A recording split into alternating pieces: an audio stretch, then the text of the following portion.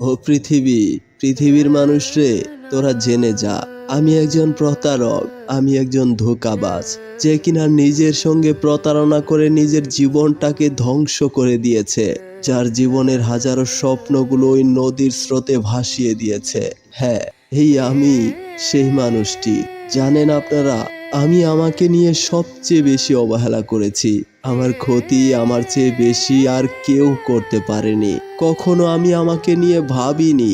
আমার নিজের ভেতরে যতটুকু ভালোবাসা ছিল তা ওই নষ্টা রমণীকে বিলিয়ে দিয়েছি। যতটুকু চুমু তার কপালে দিয়েছি তার এক বিন্দু পরিমাণ চুমু আমার জন্য রাখিনি। যতটুকু পথ আমি তার জন্য পাড়ি জমিয়েছি তার এক পাও আমার জন্য আগায়নি। আবেগ ছুঁয়ে যতটা গড়েছিলাম তাকে, জেদ দিয়ে ততটা গড়তে পারিনি নিজেকে।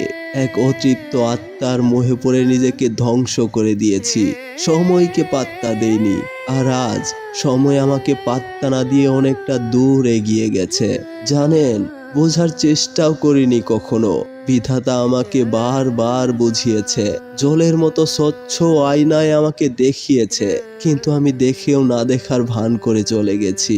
আমি ভুল ছিলাম, যা আমার চোখে আঙুল দিয়ে দেখিয়েছে আমার পরিবার, কিন্তু আমি শুনিনি তাদের কথা। আমার চাওয়া ভুল ছিল, যা আমি কখনোই বুঝতে পারিনি। আমার পথ ভুল ছিল, কিন্তু আমি কখনোই থামিনি।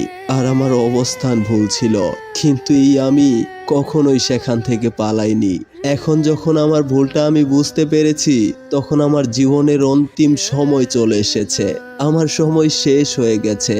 তবুও যখন এই ভাঙাচোরা নিজের দিকে তাকাই, বড্ড বেশি মায়া লাগে। কি হতে চেয়েছিলাম আর কি হয়ে গেলাম।